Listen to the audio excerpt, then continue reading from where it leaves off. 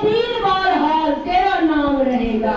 यानी मैं और आप अगर जिक्र करना भी छोड़ देंगे, ये फिजाएं या हुसैन करेंगी। कायनात का जरा जरा या हुसैन कहता नजर आएगा, क्योंकि ये वादा है उस मजलूम का।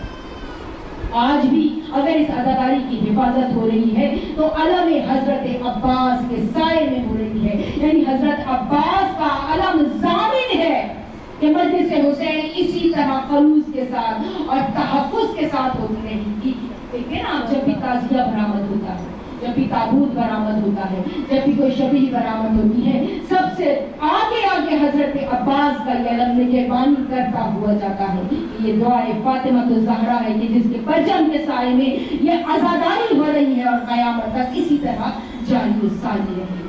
बस हमारे मकतब फ़िक्र के बहुत बड़े आलिम हैं शेख जाफर, नजफ में रहा करते थे। एक मरतबा कहते हैं कि मैं हरम मौला अब्बास में बैठा हुआ था और मुनाजात की किताब मेरे हाथ में थी और मैं मुनाजात पढ़ रहा था।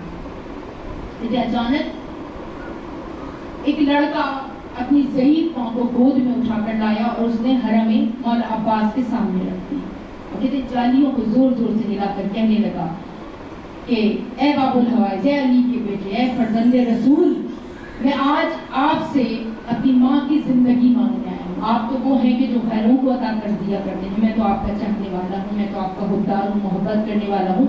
मेरी माँ जहाँ पलब है, इसको जिंदगी दे दीजिए। इतनी ऐसी तड़प थी उसकी आवाज़ में।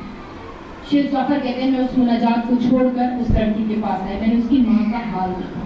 लेकिन उसकी माँ का जो सांस था वो गले में अटका हुआ था और बस लगता था चंद लम्हे हैं कि सांसों की डोरी टूट जाए। तब मैंने उस लड़की को समझाया, मैं तो देखो अपनी माँ को अजियत न दो, तकलीफ न दो, ये बचेगी नहीं, क्यों मौला को ज़हमत देते हो?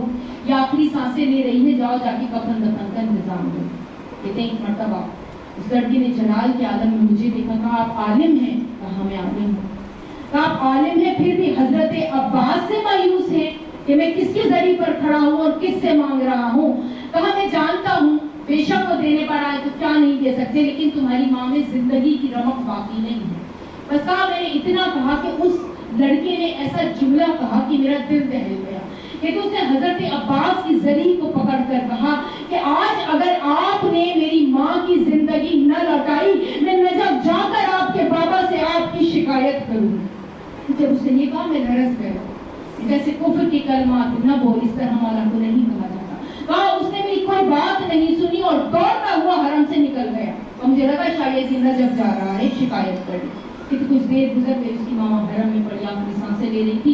कहते चंद लम्हे नहीं गुजरे थे, कहते उसकी माँ बिल्कुल कलमा पढ़ती हुई उठकर बैठ गई। कहते हम लोग हैरान रह गए कि जो आखिरी सांसें ले रही थी किस तरह जिंदगी उसमें वापस आ गई। चंद लम्हों बाद तो लड़का दोबारा दौड़ता हुआ आया और अपनी माँ के गले लगकर रोने लगा।